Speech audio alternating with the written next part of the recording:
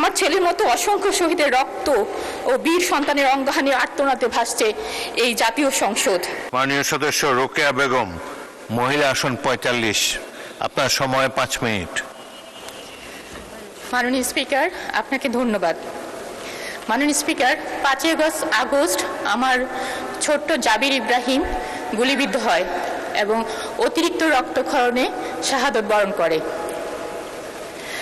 মাননীয় স্পিকার, আমি যখন ওকে দেখছিলাম তখন দেখছিলাম ও সাদা ফ্যাকাশ হয়ে গিয়েছে, একটা ফোঁটা বিন্দু রক্ত ওর ভিতরে ছিল না, পুরোটা রক্ত যে এই জমিনে পড়ে গিয়েছে। মাননীয় স্পিকার, আমার ছেলের মতো অসংখ্য শহীদের রক্ত ও বীর সন্তানের অঙ্গহানি আর্তনাদে ভাসছে এই জাতীয় সংসদ।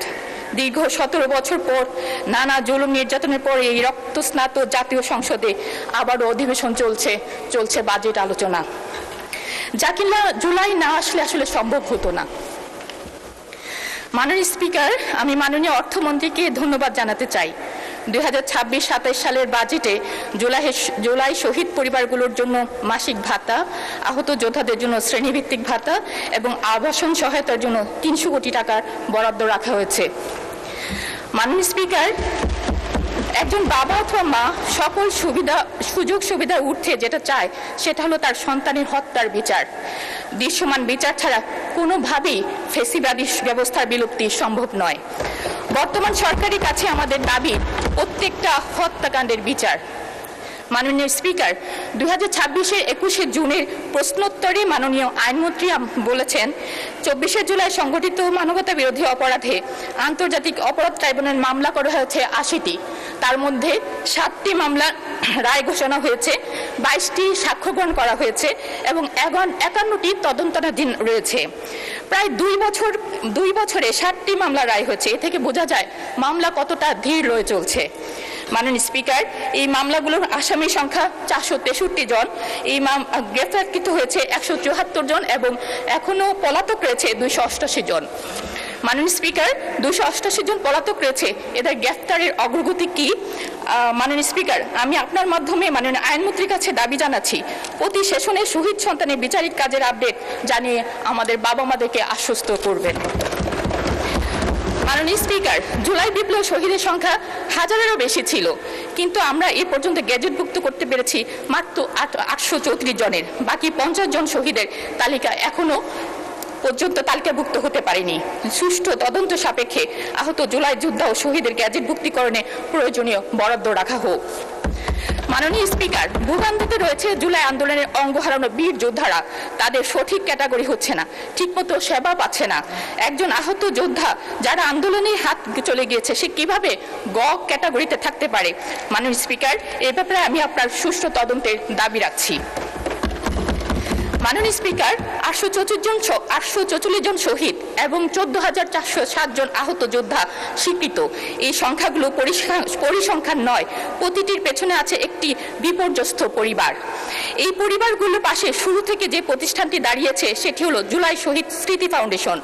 আর্থিক সহায়তা, চিকিৎসা, পুনর্বাসন, মানসিক স্বাস্থ্যসেবা, স্মৃতি সংরক্ষণ সবকিছু এক ছাদের নিচে।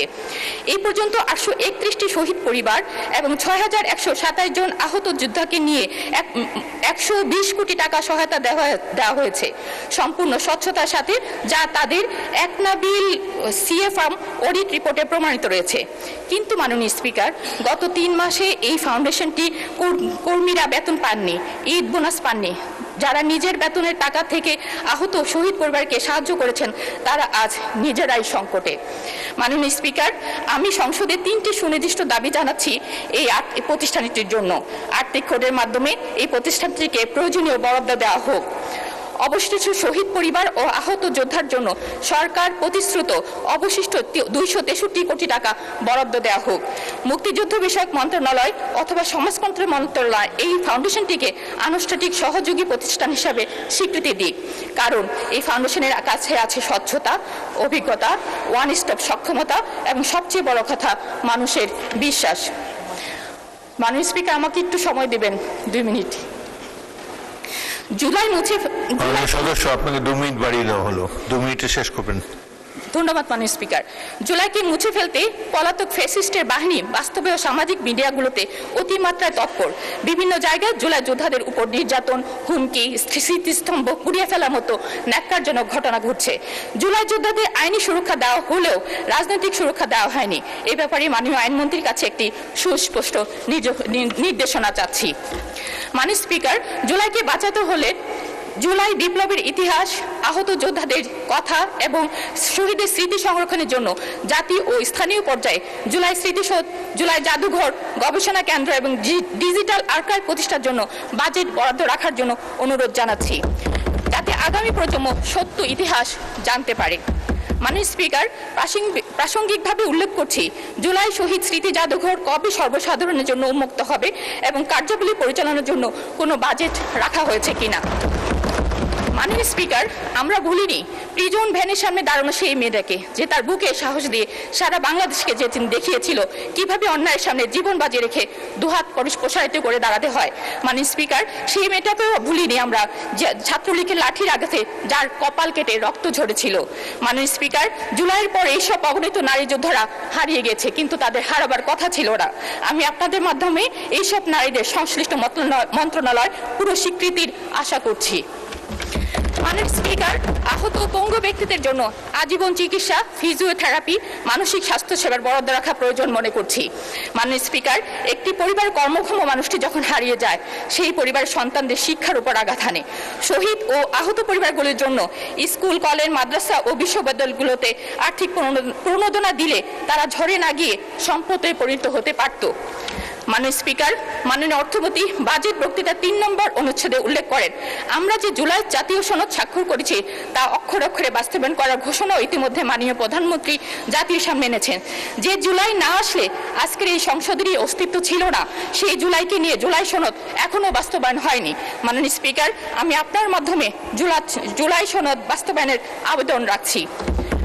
মাননীয় স্পিকার, সরকারি দল তার নির্বাচনী ইশতেহারে থাকা সুশাসনের সঠিক প্রয়োগ করে জুলাই সনদের পাশাপাশি বাজেটকে অক্ষরে